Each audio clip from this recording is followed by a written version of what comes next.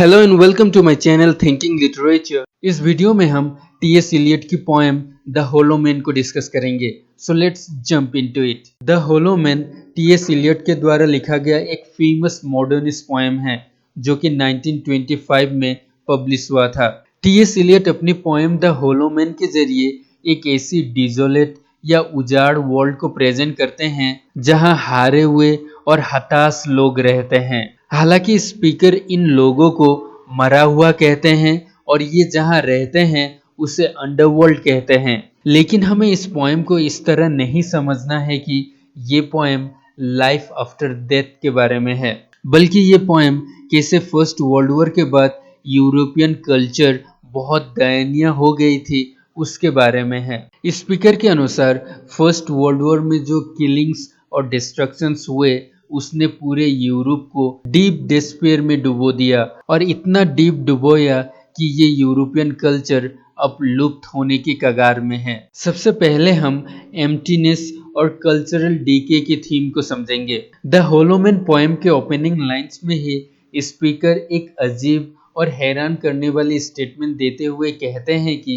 वो इन होलो पीपल के ग्रुप का ही एक हिस्सा है। सो ये होलो मैन का मतलब क्या है? होलो का मतलब है खोखला या जिसके अंदर कुछ भी ना हो। सो होलो मैन का मतलब है खोखले आदमी जिसके अंदर कुछ भी नहीं है। और स्पीकर कहते हैं कि वो इन होलो मैन का ग्रुप का ही एक हिस्सा है और वो जिस लैंडस्केप में रहते हैं वो भी होलो है। लेकिन जैसे जैसे पोएम आगे बढ़ती है हमें ये पता चलता है कि स्पीकर लिटरली होलोनेस के बात नहीं कर रहे हैं, बल्कि वो इस होलोनेस को एज ए मेटाफर यूज कर रहे हैं यूरोपियन कल्चर और सोसाइटी की डीके को दिखाने के लिए। स्पीकर अपने आप को और अपने साथी होलोमेन्स को अमानवीय, डेंजरस और कुछ भी रियल एक्शन लेने के लिए असमर्थ बताते हैं। फॉर एग्जाम्पल स्पीकर पोएम के फर्स्ट पार्ट में कहते हैं कि होलोमेन्स की वॉइसेस बिल्कुल ड्राइड या सूखा हुआ है। उनकी आवाज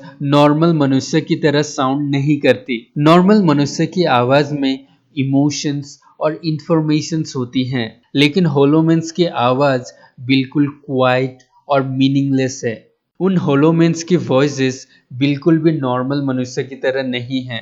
उनकी वॉइसेस ना कोई इमोशंस कैरी करती है ना कोई इंफॉर्मेशन। सो वो होलोमेन्स बिल्कुल खाली है और उनमें निराशा और उदासीपन भरा पड़ा हुआ है। सो एक तरीके से देखें तो ये होलोमेन्स अपनी मानवता ही खो चुके हैं। इसलिए स्पीकर कहते हैं कि ये होलोमेन्स मानव समाज के लिए खतरा बन गए हैं। स्पीकर पोएम के सेकंड सेक्शन में अपने आप को रेड का कोट और क्रो स्किन पहना हुआ कहते हैं, और ये रेड कोट और क्रो स्किन डेथ और डिजीज का सिंबल है, जो ये सजेस्ट करता है कि अगर ये होलोमेन्स हमारे आसपास रहे तो हमारे लिए ये खतरा है। और ये इसलिए नहीं है कि वो असल में बहुत बैड या मैलिशियस है और दूसरों को नुकसान पहुंचा सकते हैं, बल्कि इसलिए कि जो होलोमेन्स की सैडनेस और निराशापन है वो एक महामारी की तरह है जो एक व्यक्ति से दूसरे व्यक्ति में जा सकता है। पोएम के थर्ड सेक्शन में स्पीकर कहते हैं कि ये होलोमेन्स एक दूसरे को किस करना चाहते हैं लेकिन वो कर नहीं पाते और ब्रोकन स्टोन या पत्थरों की प्रार्थना करते हैं, जो कि ये दर्शाता है कि वो झूठी मूर्तियां या फॉल्स आइडल्स की पूजा करते हैं। स्पीकर कहते हैं कि ये होलोमेन्स चाहते हुए भी अपने आप को एक दूसरे के कांटेक्ट में नहीं ला सकते, जो कि ये दर्शाता है कि वो अपनी डिजायर या इच्छा से कुछ भी नहीं कर सकते। चाहे जितना भी ये होलोमेन्स इनइफेक्टिव हो या एक्ट करने के काबिल ना हो, लेकिन फिर भी ये अपने आसपास की दुनिया में एक मजबूत प्रभाव डालते हैं। ये जहाँ भी रहते हैं ये वहाँ उदासी और निराशा फैलाते हैं। फॉर एग्जाम्पल स्पीकर कहते हैं कि ये होलोमेन्स जहाँ रहते हैं वो लैंडस्केप भी होलो है और यहाँ वेजिटेशन के नाम पर